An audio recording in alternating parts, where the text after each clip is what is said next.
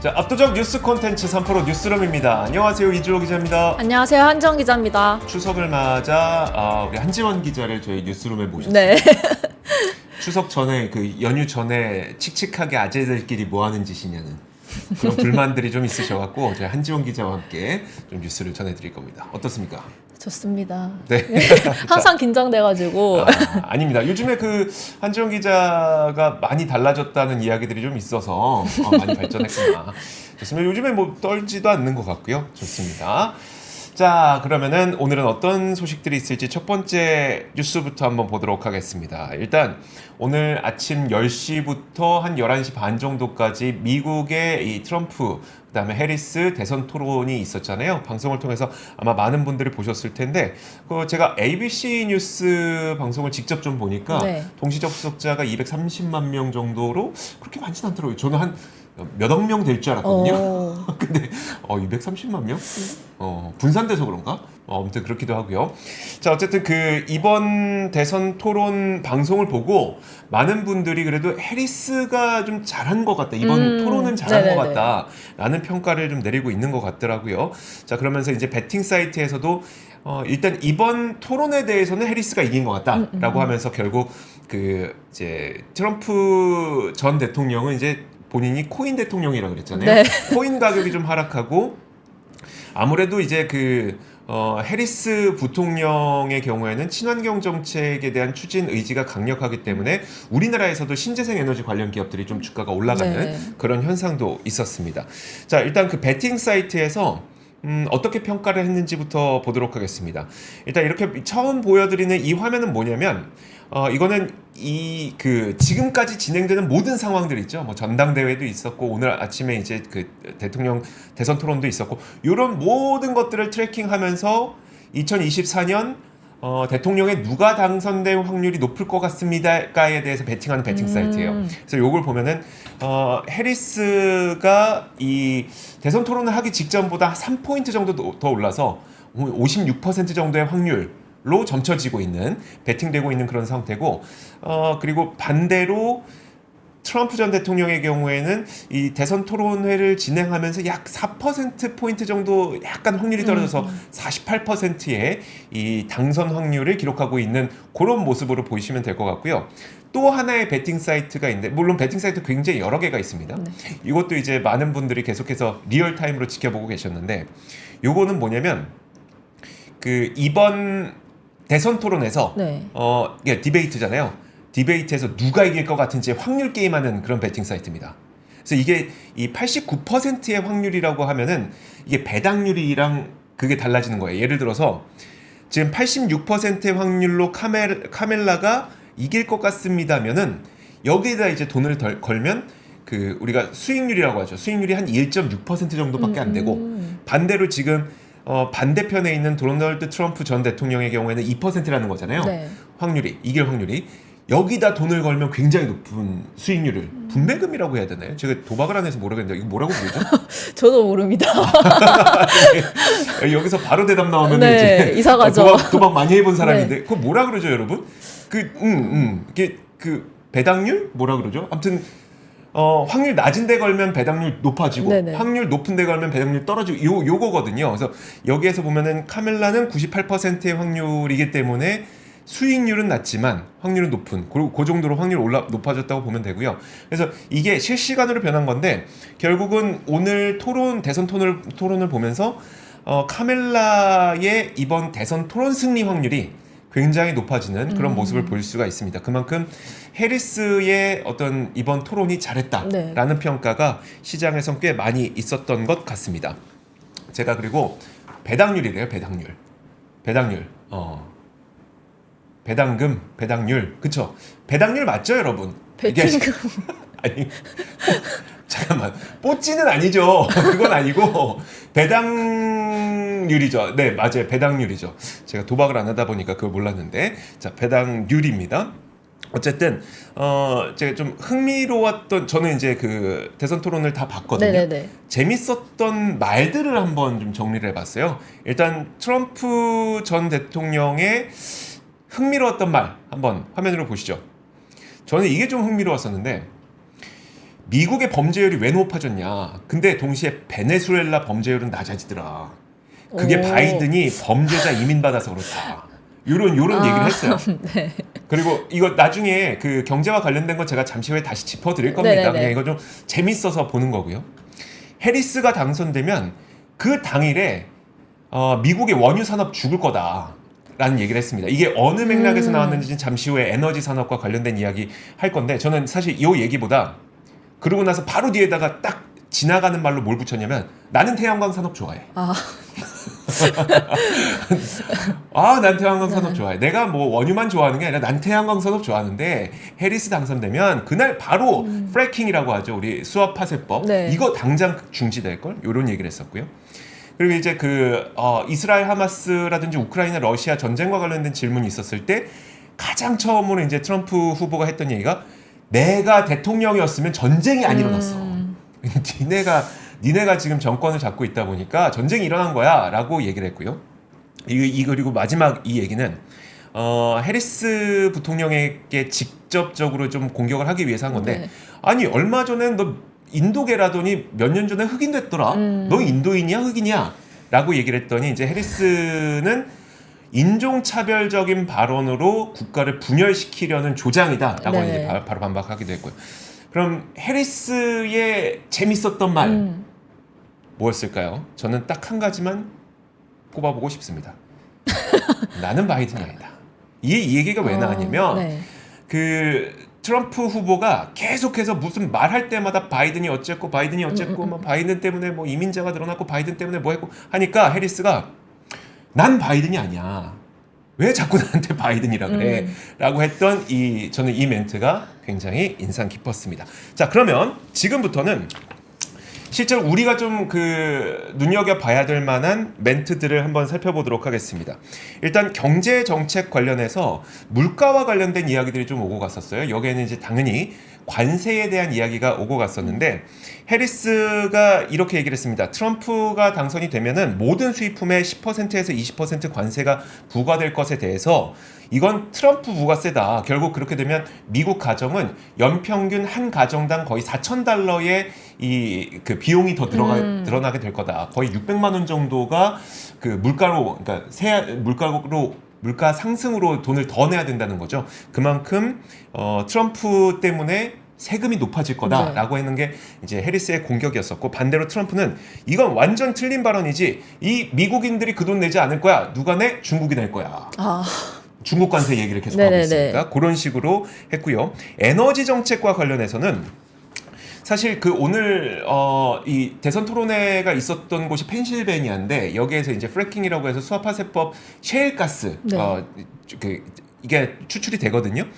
그러다 보니까 트럼프가 그걸 노리고선 만약에 그녀가 선거에서 이긴다면 펜실베니아의 프래킹은 하루 만에 죽을 거다라고 하면서 원유 사업이 좀 죽어버릴 거다라고 얘기를 했고 그랬더니 해리스는 아니다. 석유 산업에 투자해야 된다고 나도 지속적으로 얘기를 했었고 실제로 투자를 해왔고 그래서 바이든 행정부가 집권했던 이 기간 내내 역사상 가장 많은 가스가 생산되지 않았냐. 내가 만약에 죽일 거면 어떻게 지금 미국의 가스 생산량은 역사상 최고치까지 올라와 있고 전 세계에서 가장 많은 양을 지금 채굴을 하고 있으니까요. 어떻게 이게 가능하겠냐라고 반박을 했습니다. 그러면서 이제 그 기후 위기와 관련해서 여기에서 되게 본격적인 일자리 공격에 들어가게 되는데 해리스 후보가 이렇게 얘기를 했습니다. 트럼프가 기후 위기가 거짓말이라고 하면서 갖가지 기후 위기 때문에 우리는 집을 잃어버릴 수 있고 그것 때문에 보험료까지 오르고 있는데 트럼프 집권 당시에 미국의 일자리가 감소했다. 반면에 바이든 행정부 당시에는 80만 개의 일자리가 만들어졌다. 나는 이걸 더 늘려갈 거다. 라고 했더니 트럼프가 뭐라고 했냐면 제조업 일자리가 줄었다고? 민주당 니네가 멕시코에다 자동차 기업 보냈지. 일자리 계속 빼나갔지. 중국 제품으로 미국이 가득 차고 있지. 니네가 줄인 거지 내가 줄인 거냐? 이런 식으로 좀 공격과 그 방어를 오고 가는 이야기를 했습니다. 자, 그리고 그 외교 안보와 관련된 발언들이 좀 있었는데 이 부분도 좀 흥미로웠습니다. 여기에서는 사실 해리스가 뭐라 그랬냐면 트럼프는 독재자들을 존경한다. 그렇기 때문에 해리스가 이렇게 얘기한 건 뭐냐면 그러니까 트럼프는 나는 김정은과 친했고 나는 푸틴과 친했기 때문에 내가 당선됐었으면 내가 이제 대통령이었으면 전쟁이 안 났을 거야라고 주장을 했잖아요. 네. 그게 해리스는 너 독재자 존경하지? 너는 독재자들에게 휘둘리는 거야. 그러니까 그들이 좋아해 주는 거는 너를 갖고 노는 거지 네가 잘해서가 아니야라고 해리스가 공격을 한 반면에 트럼프는 지난주에 푸틴이 해리스 지지하더라. 이걸 또 반공으로 반격 공격으로 했습니다. 그러면서 이제 대북과 관련된 이야기도 했었는데 트럼프는 중국과 북한이 트럼프를 두려워한다는 헝가리 총리의 말을 인용해서 지금 북한에서 무슨 일이 일어나고 있는지 봐라 라고 트럼프가 얘기를 했거든요. 약간 이 멘트를 보면 나는 대북 컨트롤 되게 잘했다. 근데 이제 해리스는 앞서 말씀드렸던 것처럼 트럼프가 독재자들에게 휘둘린 거다. 이게 네가 잘한 게 아니라 이런 식으로 좀 왔다 갔다 했다고 보시면 될 것 같습니다. 사실 여기에서 이제 결국은 에너지 정책과 관련해서 신재생 에너지에 대한 구체적인 정책이나 이런 것들이 잘 나오지 않았어요. 네. 그리고 이제 외교 안보와 관련해서도 어떤 식으로 하게 될지는 사실 여기서는 잘 나오지 않았고요. 되게 추상적으로 서로 공격하는 것들만 많이 있긴 했었는데 어쨌든 지금 이런 것들 보면은 기후 위기에 대해서 해리스가 그래도 굉장히 강력하게 얘기를 한 측면이 분명히 있었거든요. 네. 트럼프는 거짓이라고 얘기했지만 이것 때문에 우리는 수많은 비용을 지불하고 있고 보험료도 굉장히 크게 늘어날 거야 라고 얘기를 하면서 이런 것들이 그나마 좀 친환경 정책 관련 기업들의 주가 상승에는 좀 영향을 미쳤던 것으로 보입니다. 근데 이제 이 토론회가 끝나고 나서 또 많은 언론사들이 팩트 체크를 하지 않았겠습니까? 그렇죠. 자, 뉴욕타임즈와 CNN이 팩트 체크를 해봤는데 각각 뉴욕타임즈는 거의 40여 건의 두 후보 발언에 대해서 팩트 체크를 했고요. 뉴욕타임즈가 트럼프의 33개 발언을 팩트 체크했는데 그 중에 16개가 거짓이었더라. 라고 판단을 했고요. 트럼프 후보보다는 좀 적었지만 해리스 부통령의 발언에도 8건의 팩트 체크 대상이 있었고 그 중에 2건은 거짓이었다. 라고 뉴욕타임즈가 보도를 하기도 했습니다. 자, 근데 이게 이러고 나서 또 미국 지수 선물은 사실 좀 낙폭을 키웠어요. 한 0. 그러니까 나스닥 기준으로 한 0.7%, 0.8% 정도까지 낙폭을 키웠는데 그 부분에 대해서도 해석이 있긴 있습니다. 뭐냐면 이제 해리스의 당선 확률이 좀 높아졌잖아요. 이번 후보 토론회를 보고. 그러면서 해리스는 사실 법인세를 인상하자는 기조입니다. 반대로 트럼프의 경우에는 법인세를 감면하자는 기조고. 대신 그 법인세 그럼 누가 내냐? 중국이 내라. 관세로 하는 그런 기조다 보니까 만약에 해리스의 당선 확률이 높아지게 되면 결국 주식시장에 있는 기업들의 세금 부담이 높아지게 되면서 시장에는 다소 부정적이지 않을까라는 해석과 함께 미국 지수 선물이 좀 내려갔었는데 우리나라 시장 마치고 나면 또 다시 좀 낙폭을 좀 줄였거든요. 그러니까 이게 그렇게 큰 의미를 둘 만한 해석은 아닐 수도 있습니다. 좀 어때요? 오늘 2차 토론하면 저는 제일 좀 웃긴 발언이 있었는데 아까 채팅창에서도 언급을 좀 해줬지만 개와 고양이를 보면 조금 맞아요. 그런 발언도 있었고 좀 되게 개그 콘서트 보는 것 같은 그런 느낌이었습니다. 그리고 이것도 있었어요. 아까 제가 어떤 멘트였었죠? 멘트 가운데 여기다 못 넣은 게 있는데 내가 대통령이었으면 전쟁 안 났을 거야 라고 하면서 바로 뒤에 뭐라고 했냐면 해리스는 이스라엘 싫어해. 그리고 해리스는 아랍인도 싫어해. 이게 굉장히 민감한 할 수 있는 거잖아요. 그러니까 당연히 아닌데 이제 트럼프 후보는 그냥 막 질러버린 거죠. 이런 것들도 굉장히 충격적이었고 충격적인 이야기들이 굉장히 많았습니다. 많았지만 어쨌든 이번 토론에 대해서는 굉장히 일단 해리스가 잘했다는 평가들이 많이 나오고 있어요. 좋습니다. 다음 소식은 이제 제가 준비를 했는데요. 이제 국내 소식으로 와서 이제 곧 추석이잖아요. 그래서 제가 이제 좀 정부가 이제 추석에 발생할 의료 대란을 우려해서 이제 오늘부터 비상 응급 주간을 운영을 합니다. 그래서 정부의 전공의들의 이제 의견이 충돌이 좀 장기화되면서 이번 추석을 앞두고 이제 대책을 마련을 한 건데요. 우선 이제 현재 응급실 운영 상황을 좀 표를 보면은 과반수 이상이 응급실 공백이 발생을 하고 있고 버티고 있지만 좀 불안하다고 말을 하는 곳도 이제 거의 60% 가까이 지금 영향을 받고 있고요. 네. 이래서 서울시는 이제 추석 때 응급 환자에 대비해서 24시간 응급 의료 체계를 가동할 예정이고요. 또 경증 환자가 쉽게 진료받을 수 있도록 문 여는 병의원이나 약국을 12,000여 곳을 지정하겠다고 이제 밝혔습니다. 네. 그래서 오는 추석 기간인 14일부터 18일 서울에서는 이제 하루 평균 1,184곳의 병원의 문을 열고요. 이게 서울 응급 의료기관과 이제 종합병원 응급실이 추석 연휴에도 이제 평소처럼 24시간 운영을 합니다. 그래서 이제 25개 자치구 모든 보건소가 추석 당일에 정상 진료를 하고요. 그다음 추석 전후 4일은 이제 권익별 인력 절반이 해당하는 이제 비상 진료반이 이제 돌아갈 예정입니다. 네. 근데 한편 이제 오세훈 시장이 오늘 오전 6개 보건의료협의체 단체와 긴밀히 이제 협조를 해서 현장을 면밀히 모니터링하겠다. 네. 그리고 또 이용에 불편이 없도록 최선을 다하겠다고 말을 했고요. 또 이제 추석 기간에 응급실과 중환자실 기능을 유지하기 위해서 이제 71억 원을 투자를 하겠다고 네. 말을 했습니다. 하지만 이제 시민들이 응급실 뺑뺑이 논란이 조금 있잖아요. 네. 그래서 이런 것에 대한 불안감이 좀 계속되고 있고, 그다음에 또 이미 전국 각지에서 응급 환자가 이제 제때 치료를 받지 못해가지고 좀 안타까운 사고들이 많이 나타나고 있는데, 네. 특히 이제 추석 기간에는 이동하는 차량이 워낙 많기도 그렇죠. 하고, 네. 그다음에 이제 가족들이 또 많이 모이기 때문에 그 119 신고 증가가 굉장히 많다고 해요. 그래서 이제 2020년에서 2022년 3년간 추석 연휴 전국에 들어온 119 신고 건수가 일평균 42,700건이거든요. 네. 근데 이게 평상시 하루 평균 신고 건수보다 10,000건 정도 많다고 합니다.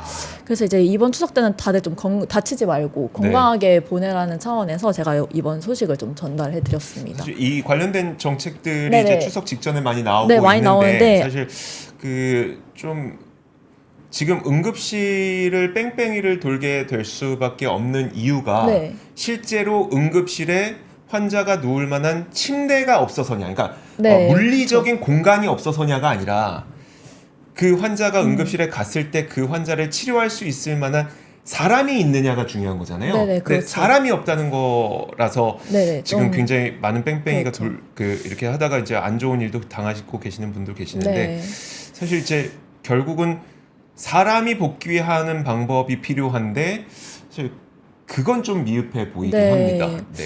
그래서 오늘 또 다른 기사도 났던데 그 지금 N수생과 네. 그 수험생이 엄청 많이 증가를 했다고 해요. 그렇죠. 이제 의대생 이거 네. 때문에. 그래서 조금 아직까지 갈등이 이제 봉합되지 않은 상황에서 계속 이런 상황이 지속되다 보니까 조금 빨리 이제 해결이 됐으면 하는 바람이 있습니다. 사실 이제 어쨌든 바로 다가왔으니까 추석이 다가왔으니 네.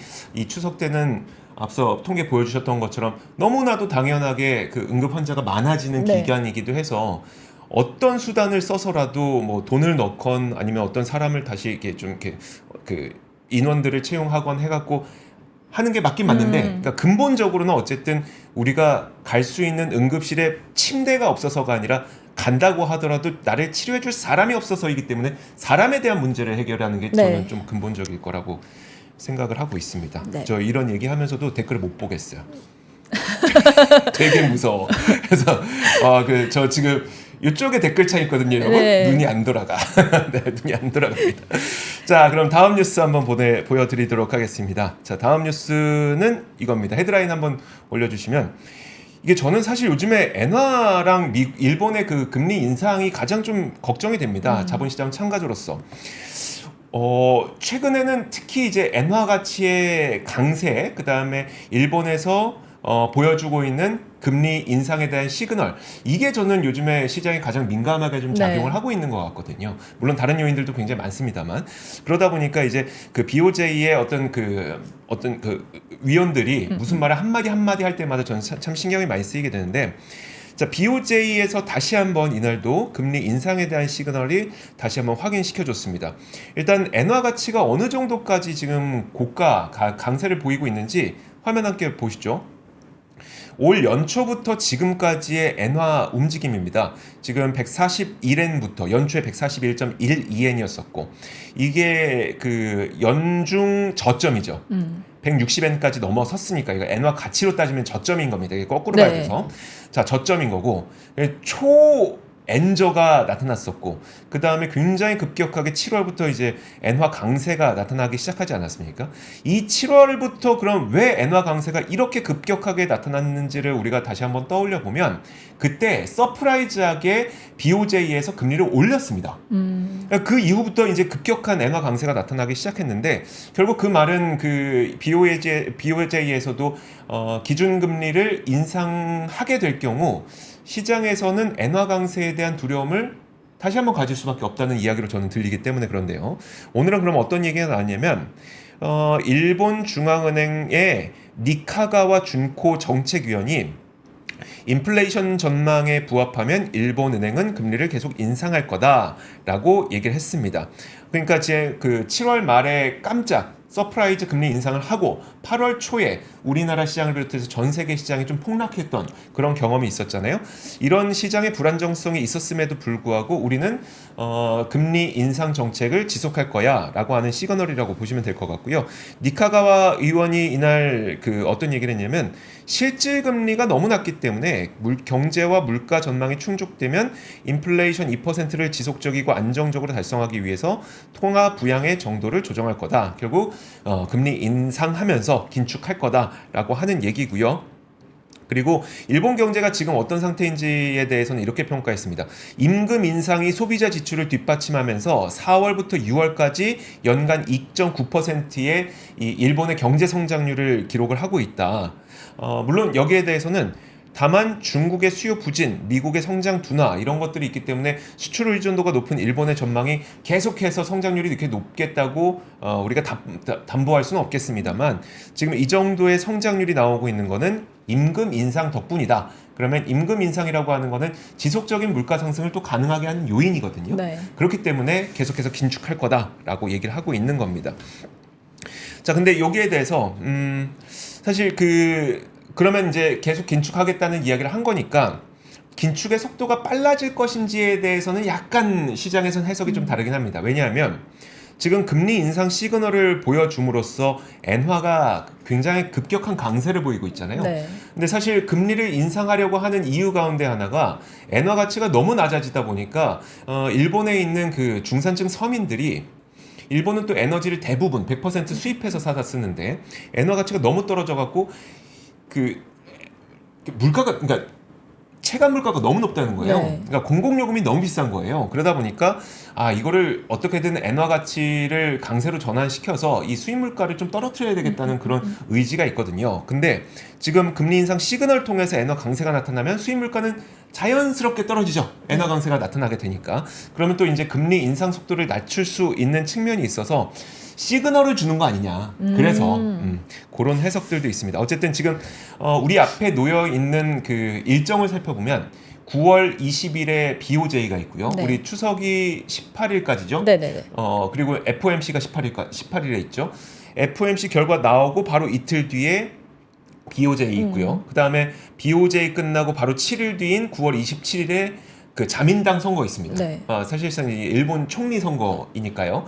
거기에서도 이제 그 여러 가지 그러면 뭐 그 성함 뭐죠? 이시바가 될 거냐 아니면 펑쿨색자가 될 거냐 뭐 이게 결정될 텐데 결국 여기에서도 금리 인상과 정책에 대해서 어떤 사람이 더욱더 긴축적인 의견을 갖고 있느냐가 좀 결정이 될 거기 때문에 이런 중요 이벤트들을 앞두고 일부 좀 한번 그 BOJ에서 금리 인상에 대한 시그널을 다시 한번 보여줬다고 뉴스를 전해드립니다. 네. 제 다음 뉴스 준비를 했는데요. 이제 취업자 수 증가 규모가 2달째 월 10만 명대를 유지를 했습니다. 그래서 다만 이제 60대 이상 고령층 취업이 늘어나고 또 청년 취업이 여전히 부진한 상황인데요. 네. 이제 특별한 이유 없이 그냥 쉰 인구가 8월 기준 역대 최대 규모로 증가를 했다는 소식입니다. 그래서 표를 보면은 오늘 통계청이 발표한 8월 고용 동향입니다. 지난달 15세 이상 취업자는 2,880명 정도였고요. 전년 동월 대비 이제 12만 3천 명 정도 증가를 했습니다. 그래도 이제 지난 5월에는 8만 명, 6월에는 9만 6천 명으로 2달 연속 이제 10만 명 밑으로 좀 저조한 수치를 보였었는데 네. 7월, 8월에는 이제 2달 연속 10만 명대를 기록을 하면서 이제 반등을 했고요. 또 8월에는 고령자 취업자 증가세가 이제 전체 취업자 증가를 견인하는 모습이었는데요. 또 표를 보면은 지난달 60 60대 이상 그 다음 표 보여주시면은 네. 60대 이상 취업자는 665만 명으로 집계가 됐습니다. 이 표에서 어떤 부분을 봐야 되는 거죠? 저 네. 연령 계층별 고용률 현황을 보시면 되는데요. 네. 그래서 전년 동월 대비 23만 1000명 정도 증가를 했고 또 30대 취업자는 546만 명으로 1.2%포인트 증가를 네네 맞습니다. 네. 그 좀 늘었습니다. 근데 반면 이제 15세에서 29세 청년 취업자는 그 전년 동월 대비 한 14만 명 정도 감소를 했고요. 40대 취업자도 이제 6만 8천 명 줄었습니다. 산업별로 밑에 보면은 네. 취업자 증감 현황을 보면 주요 고용인 산업인 제조업에서 취업자가 이제 3만 5천 명 정도 감소를 했고요. 건설업에서도 8만 4천 명 취업자가 줄어들었습니다. 이게 네. 4개월 연속 감소를 했다 하고요. 건설업이 조금 요즘 안 좋은 모양인 것 같아요. 그래서 그렇죠. 이제 네. 4개월 연속 감소세를 보였고 또 반면 이제 정보통신업이나 금융, 보험업, 그다음 보건업, 그다음 사회복지 서비스업에서는 취업자가 증가를 했습니다. 이런 이유로 여러 이유로 이제 구직 활동을 포기한 비경제 활동 인구가 8월에는 1,621만 명이었거든요. 네. 근데 이 중 특별한 이유 없이 쉬었음 인구가 256만 명으로 전년 동월 대비 한 24만 5천 명 정도 늘었습니다. 근데 이제 관련 통계가 집계된 2003년 이후 8월 기준 역대 최대 규모래요. 네. 그래서 이제 평상시에 하루 평균 죄송합니다. 네네 그래서 이제 네네 역대 최대 규모이고요. 그래서 이런 상황을 봤을 때 지금 고령층 이 취업하는 율은 계속 늘어나고 있고 네. 또 이제 20, 30대 청년들의 취업 부진이 여전하다 보니까 저희 저번에도 전달했던 뉴스랑 비슷한 뉴스를 들고 왔는데 이제 네. 계속 고용률 발표가 나오면서 이제 매번 이런 뉴스가 나오다 보니까 조금 안타까운 상황이 계속 되고 있는 것 같아서 좀 준비를 해봤습니다. 네. 사실 이제 그 정부에서 발표하기로는 이제 이때가 워낙 네네. 더웠다. 근데 더위와는 전혀 상관이 그러면 또 겨울에는 그쵸, 추우니까 또 안 되는 거잖아요. 그렇죠. 그러니까 이렇게 할 수가 없는 거죠. 그렇게 이제 핑계 댈 수가 없는 네네네. 상태인데 어쨌든 그 방금 보여주셨던 것처럼 나이 드신 분들은 계속 일하고 네. 좀 젊으신 분들은 그러니까 일을 좀 할 수 없는 네네네. 상태고 이런 상황이 계속 진행이 되고 있습니다. 그래서 지금 이것도 보면은 요표 이렇게 보는 거 맞죠? 그러니까 네, 40세에서 49세까지 네. 0.7%포인트 늘었고 60세 이상도 0.1%포인트 늘었고 근데 50세에서 59세는 대표적으로 가장 그 퇴직 연령 네네, 우리나라 맞습니다. 평균 퇴직 네. 연령이 50세에서 59세이기 때문에 이쪽 줄었고 네. 여기서 퇴직하신 분들이 결국은 이제 자영업을 하게 되시거든요. 근데 이제 그 자영업 상황이 요즘에 폐업률이 굉장히 높아지고 있는 상태여서 여기서 이제 퇴직을 하신 분들이 자영업을 하기도 좀 쉽지 않은 상태라고 보시면 될 것 같습니다. 15세에서 29세 네. 젊은 분들은 계속해서 마땅한 일자리를 찾지 못해서 못 가고 있고. 네. 자, 이제 조만간 공채가 올해는 좀 펼쳐질 예정이라 네.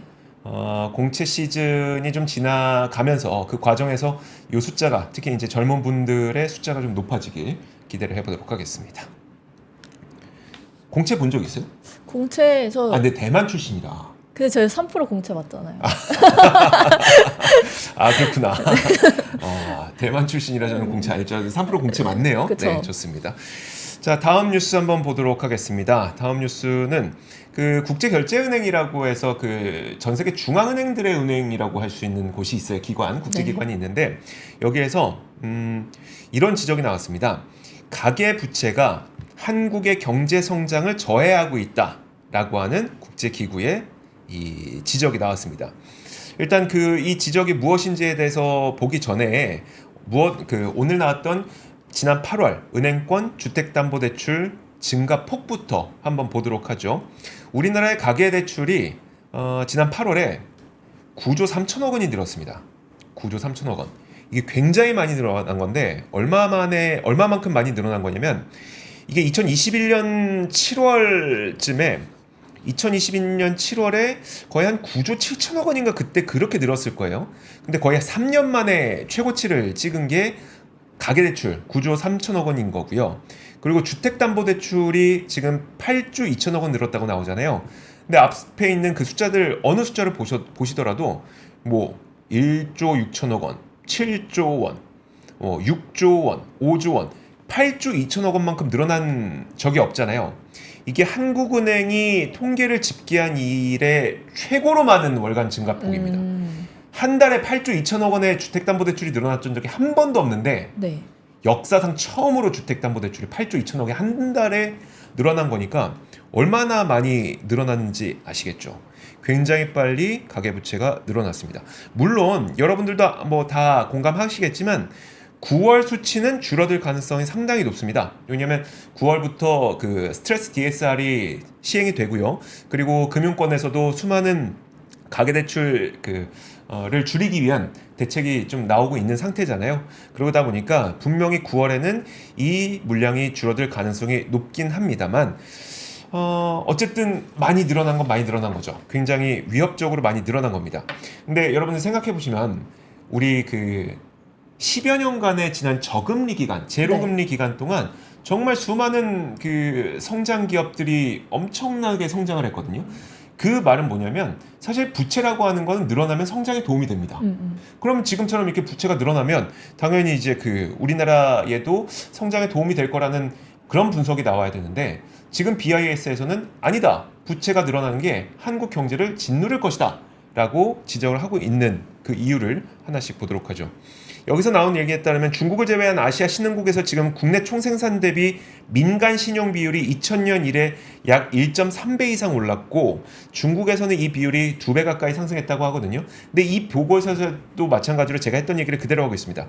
원래 부채가 늘면 자금 조달에 대한 접근성이 좋아지고 실물 자산이나 교육에 대한 투자가 확대되면서 성장에 기여하는 바가 크다. 하지만 민간 신용 증가만으로 성장을 유발하는 데는 한계가 있다. 그래서 이게 부채가 늘어나는 것과 성장을 하는 게 곡선으로 그려보면 U자형 그래프를 그리는데 그 거꾸로 U자형 그래프. 네.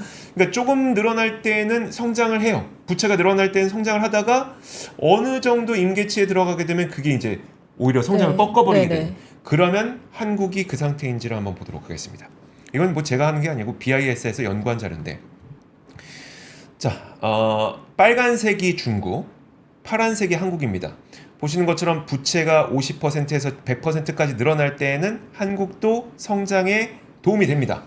그런데 이게 100% 이상 넘어가는 그 순간부터는 성장을 짓누르게 되는 그런 현상을 한국과 중국이 동일하게 보이고 있다는 걸 BIS에서 연구 자료로 내놓은 겁니다. 이게 왜 이런지에 대해서 분석한 걸 보니까 결국은 단적인 예로 처음에 빚을 내서 소비를 늘리면은 처음엔 단기적으로는 GDP 성장률이 높아지죠. 네. 하지만 이게 오래되고 오래될수록 중장기적으로는 결국 부채를 상환하고 이자를 지급해야 되다 보니까 미래 성장이 깎아먹는다는 겁니다. 특히 또 우리나라의 특성에서는 이런 얘기를 했어요. 가계부채가 증가하고 주택 수요가 느는 동안 제조업을 비롯한 다른 업종에서 건설 부동산업으로 신용이 옮겨가는 현상에 주목을 했는데 무슨 말인지 알 것 같죠? 네. 건설업과 부동산 대출 비중이 더 많이 증가한 국가일수록 총 요소 생산성과 노동 생산성은 감소한다. 결국 우리가 지적했던 것, 그 다음에 많은 분들이 공감하고 있는 것, 한국은행 이창용 총재가 몇 차례 얘기했던 네네. 것 다 그겁니다. 금리 내리면 원래 내수가 살고 경기가 좋아져야 되는데 지금 금리 내릴 거 기대하고 진짜 정말 많은 사람들의 모든 돈이 수도권 아파트로 쏠리고 있잖아요. 네네, 그렇죠. 그 얘기하고 있는 겁니다. 지금 BIS에서도. 그래서 결국은 이게 한국 경제를 짓누르게 되는 요인이라고 지적을 했거든요. 그럼에도 불구하고 BIS에서는 이 U자형 관계가 고정된 건 아니다. 정책 잘 쓰면 민간 신용의 성장에 대한 U자형 관계는 개선할 수 있다라고 결론 내렸는데 쉽게 말하면 정부 정책 통해서 부동산만으로 그러니까 서울 아파트만으로 쏠리고 있는 돈을 다른 곳으로 꺾을 수 있으니까 자본 배분 잘해야 된다. 네. 정책으로 자본 배분해야 된다라는 지적을 했다고 보시면 될 것 같습니다. 네, 제가 다음 뉴스 제가 짧게 전달을 해드리겠습니다. 그 배달의 민족이 이제 멤버십 오픈을 미루다가 네. 드디어 오늘 구독 서비스를 이제 오픈을 했습니다. 그래서 배민 클럽에 이제 알뜰 배달 시 이제 배달비 무제한 무료. 네. 그다음에 한집 배달 시에는 배달비 할인 혜택을 제공하는 구독 멤버십 프로그램인데요. 이제 그 사진을 보여주시면은. 네. 배민클럽 가입 고객은 이제 추가 거리에 따른 이제 배달비에 대해서 무료 혜택을 받고요. 그리고 이제 가게에 설정한 최소 주문 금액만 이제 충족을 하면 1인분만 주문해도 이제 무료 배달 혜택을 받을 수가 있습니다. 근데 이제 그동안은 사실 정확히 어떤 혜택을 주는지가 공개가 안 된 건데 네. 이번에는 정식으로 오픈을 하면서 공개가 된 겁니다.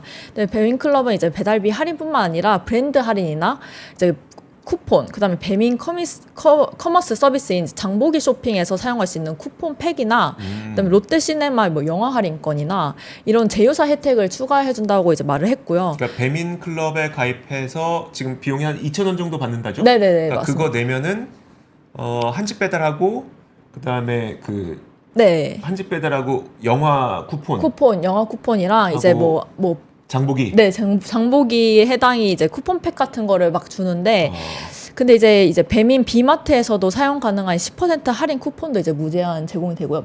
배민 비마트 아세요? 알긴 아는데 네. 써보지 않았어요. 아니 저번에 안 써보셨다고 하셔가지고. 모르고. 네. 그래서 그 편의점에서나 뭐 이렇게 마트 장보기 할 수 있는 네. 한마디로 이제 컬리나 쿠팡 같은 그런 건데 이제 그것도 10% 할인 쿠폰도 이제 무제한으로 지급을 하고요. 그다음에 홈플러스도 쿠폰도 제공을 한다고 합니다. 네. 그래서 기존 구독비 정상가가 이제 4,000원 정도인데 현재는 이제 오픈 기념 혜택으로 이제 한 2,000원에 가입을 할 수 있고요. 그리고 이제 추가로 모든 구독 고객에게 이제 1개월 무료 이용 혜택도 주어진다고 합니다. 네. 근데 다만 이제 논란이 계속 있었던 만큼 사람들의 반응이 이제 마냥 긍정적이진 않은데 지금 현재 대표적인 배달앱 3사가 있잖아요. 네. 근데 이게 이제 업계 3위가 이제 요기요였고 좀 다음 표를 보여주시면은 네. 이게 죄송합니다. 업계 3위인 요기요는 배달 주문 중개 수수료를 이제 낮추고 있고요. 오히려 그리고 라이트 요금제를 도입해서 구독제 가격도 인하를 하고 있습니다. 또 이제 무료 배달을 처음으로 시작한 쿠팡이츠도 여전히 이제 혜택을 유지하고 있는데 이런 상황에서 배민이 이제 정식 클럽을 운영하게 되면서 오히려 무료 혜택에서 유료 혜택으로 이제 바뀌게 된 거죠. 네. 그래서 사실 이런 변화가 이제 월간 사용자 수나 수에 어떤 변화를 줄지도 좀 의문이고 또 요기요나 쿠팡이츠와의 경쟁 구도도 좀 지켜봐야 될 것 같아서 네 준비를 해봤습니다. 사실 저는 제가 만약에 네. 사용자 입장에서 지금 뭐 사용자 입장이죠. 저도 네네, 돈 그렇죠, 내고, 그렇죠. 아직 돈은 안 내고 있습니다만 이제 2,000원씩 이제 결제가 될 네. 테니까 사용자 입장에서 배민을 가입을 했는데 그냥 뭐 영화 쿠폰 준다, 뭐 홈플러스 쿠폰 준다. 그렇죠. 그 쿠폰 주지 말고 구독을 하지 말지. 네네. 이런 생각이 좀 들 것 같거든요. 그리고 이제 저희 소비자만 생각할 수 없으니까 자영업자분들 입장에서는 야 쿠폰 주려고 우리한테 그렇게 돈 받냐? 라는 반발이 굉장히 근데 그 쿠폰이라는 것도 굉장히 뭐라고 할까요? 필수적인 어떤 서비스라고 보기 좀 어려운 거잖아요. 네, 그렇죠. 약간 뭔가 부가 서비스 같은 느낌이잖아요. 그러다 보니까 사실 소비자 반응을 한번 지켜봐야 되겠습니다만 저는 딱 보고는 그게 굳이 구독료 2,000원씩 받아가면서 저걸 줘야 되나? 자영업자분들이나 아니면 우리 소비자 저한테는 그렇게 크게 매력적이지 네네. 않은 보여서 한번 소비자 반응을 저희도 계속 지켜보도록 하겠습니다. 네. 자, 그러면 오늘 저희의 3프로 뉴스룸은 여기까지입니다. 저희는 또 내일 돌아오도록 하겠습니다. 고맙습니다. 감사합니다. 박근영, 이선영, 사경인, 염승환 투자 마스터들의 세심한 케어로 건강한 투자 습관을 만드세요. 3프로 멤버십 3프로 앱에서 확인하세요.